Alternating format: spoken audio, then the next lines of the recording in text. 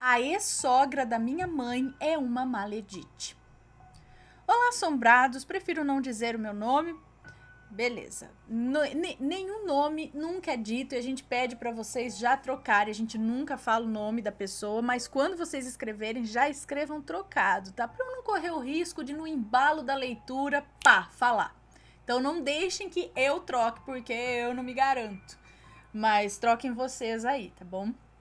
E fiquem cientes de que vocês estão trocando corretamente, porque eu vou lendo.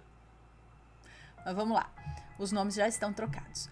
O relato que vou contar é algo que aconteceu com a minha mãe. É algo que aconteceu com a minha mãe, mas afetou a todos nós da família. Minha mãe se casou com o pai do meu irmão aos 15 anos e aos 16 já estava grávida e deu à luz ao meu irmão. Porém, a família do Fernando nunca gostou muito da minha mãe, que acho que é o pai do irmão dela, né? Nunca gostou muito da minha mãe, principalmente a mãe do Fernando, que é a ex-sogra da mãe dela. Minha mãe e ele ficaram juntos por 5 anos, mas decidiram se separar. Depois disso, minha mãe conheceu o meu pai. Eles ficaram juntos uns 3 anos, mas era muita briga. Somos todos baianos. E depois que a minha mãe se separou, eu e meu irmão viemos morar em São Paulo. Ah, entendi. Eram da Bahia e vieram para cá, para São Paulo. E éramos vizinhas das ex-cunhadas da minha mãe. E sempre tivemos uma boa convivência. Meu irmão vivia na casa das tias. E nossa vida só piorou depois que nos mudamos para perto deles. Minha mãe não conseguia nenhum relacionamento e dentro de casa as brigas eram constantes. Por motivos banais, sabe? Meu irmão falava coisas terríveis. Meu irmão falava coisas terríveis à minha mãe. E até eu, que sempre fui calma, discutia com ela. A nossa vida tinha virado de ponta cabeça, de uma hora para outra. A minha mãe, então, viu um anúncio no YouTube sabe, de cartomantes? Ela pegou o número da moça e resolveu marcar uma consulta. Ela marcou e foi. Minha mãe chegou em casa desolada, muito triste, e eu perguntei o que tinha acontecido. E ela começou a me contar que a ex-sogra dela tinha mandado fazer um trabalho de magia negra para ela no cemitério. E segundo o que a moça tinha feito, e segundo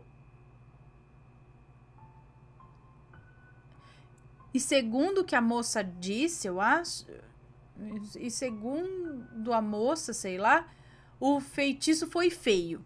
E que uma das ex-cunhadas da minha mãe sabia disso e só se fingia de amiga para saber da vida inteira da minha mãe. Ela fez um trabalho para minha mãe não arrumar mais ninguém e que ela morresse. Gente do céu. E logo após a descoberta, minha mãe perguntou se teria como ela desfazer isso e a moça disse que sim e cobrou R$ 800. E a minha mãe, como estava desesperada, pagou. A moça falou que ia demorar 1 mês para terminar tudo. Nesse tempo, eu e minha mãe fomos para a Bahia ficar na casa da minha avó. Quando voltamos, contamos ao meu irmão o que a minha mãe tinha descoberto, e ele não quis acreditar. E ainda falou um monte para minha mãe. Mas mesmo depois da descoberta, nós continuamos falando normalmente com a família do meu pai, com a família do pai do meu irmão. Certo dia descobrimos que a avó do meu irmão, a maledite, ex-sogra da minha mãe, estava vindo para São Paulo. Assim que ela chegou, ela trouxe farofa, bolo e um pão caseiro para mim.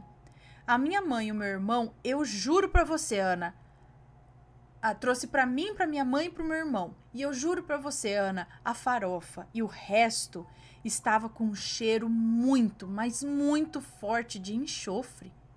E claro que nós não comemos, afinal não queríamos nada dela. E depois disso meu irmão passou a acreditar. Bom, continuamos a falar com eles normalmente, porém as coisas em casa ficaram horríveis. Muito mesmo. Minha mãe é médium e todas as noites ela passou a ver espíritos em casa, mas apareciam nas madrugadas, sabe? Eu, como a maioria dos jovens, tenho o costume de dormir 2 ou 3 horas da manhã e nunca vi nada, graças a Deus. porém ela e o meu irmão sempre viam. Meu irmão sempre via uma coisa negra de capuz preto dentro do quarto da minha mãe, olhando para ela ou olhando para ele. E a minha mãe? As coisas mais bizarras aconteciam com ela.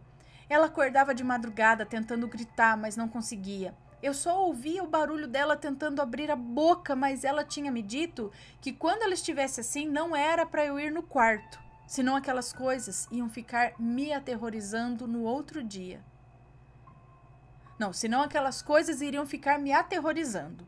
No outro dia ela me contava que quando ela conseguia acordar e começava a rezar para Nossa Senhora Aparecida, aquela coisa ficava furiosa e gritava no ouvido dela para ela parar de rezar. Ela falou que era uma voz grossa e horrível que arrepia só dela lembrar.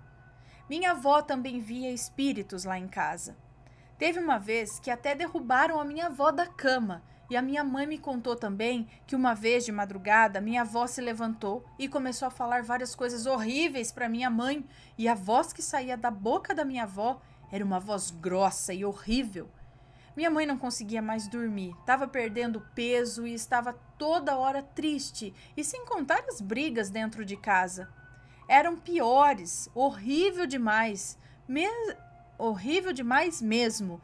Então minha mãe foi procurar saber da cartomante. E aí, o que tinha acontecido? Porque aquilo que deveria acabar só piorou, né? A moça perguntou se ela havia recebido algo da ex-sogra dela dentro de casa. E a minha mãe disse que sim, mas tinha jogado no lixo. E a moça falou que esse foi o erro, que a gente não deveria ter recebido nada, muito menos ter jogado no lixo da nossa própria casa. E ela disse que para aquilo acabar, teríamos que nos mudar.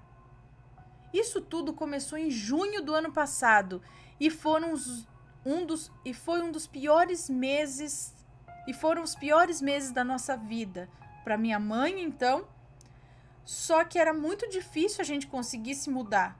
Nada dava certo, sabe? Mas graças a Deus e a Nossa Senhora conseguimos nos mudar em fevereiro desse ano. Foi difícil demais, mas conseguimos. E hoje somos muito felizes. E a ex-sogra da minha mãe está sofrendo muito com os filhos dela. E eu acho que tudo isso é pelo mal que ela nos causou. Mas eu só desejo tudo de bom a ela e que Deus possa ter compaixão dela. Então, é isso. Esse foi o meu relato. Espero que tenha gostado. Um grande beijo e fiquem com Deus. Um beijo pra você, muito obrigada. Mas, gente, que... E foi ela... Meu Deus, que compliqueira na vida, né, gente? Não é mais fácil seguir a vida e fica picuinha aqui, picuinha ali, aí não sei o que, vou fazer trabalho aqui, vou desgastar a vida dela, Vive a sua vida, não é? Cada um tem uma vida pra cuidar, pra seguir tanta coisa pra se fazer, pra se estudar, né? Pra aproveitar. Esquece os outros, viva a sua vida. Vai ficar.